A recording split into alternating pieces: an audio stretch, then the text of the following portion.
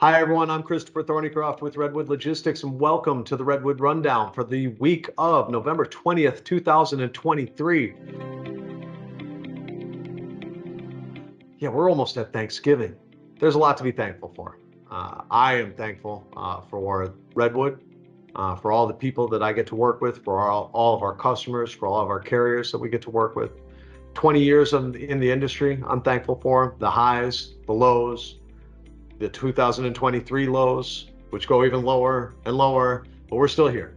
And so again, a lot to be thankful for. You know what I'm not thankful for? I'm not thankful for blowing 2 touchdown leads to the Detroit Lions. I'm not thankful at all. I'm not thankful.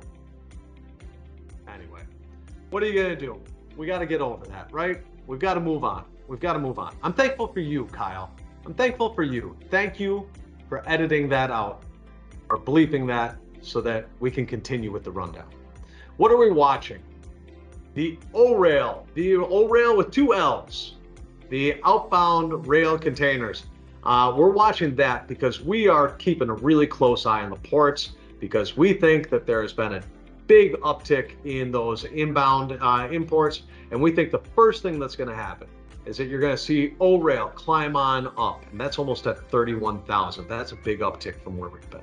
And then as O-Rail climbs on up, we then think that you're going to start to see some of that long haul outbound tender rejection start to climb on up. And then we think that you're going to start to see some of the van outbound tender rejection start to climb on up. And we think that we are going to continue to see some spot needs pop on up for at least through the rest of this week and then into next week. Starting off this week, tons of activity right off the bat.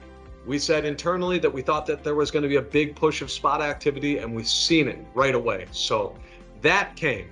We also think that that is going to continue, though, because next week there's going to be a lot more volume because people are shutting on down. Shippers are starting to shut on down less and less and less freight. And then next week, it's going to be the floodgates are going to be open again. Everything's going to be rushing on out. But you know what?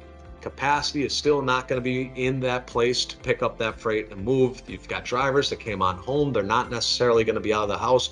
So while we may not see, and while we probably won't see some type of waterfall breakdown, market flip, big, huge volume push during this week of Thanksgiving, we're likely to see a lot more pressure build for next week. So that's what we're watching for.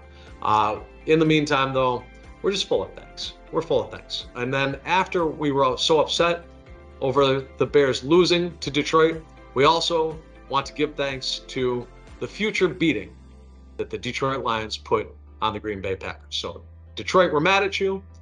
Detroit, let's go. Thanks, everybody. Take care.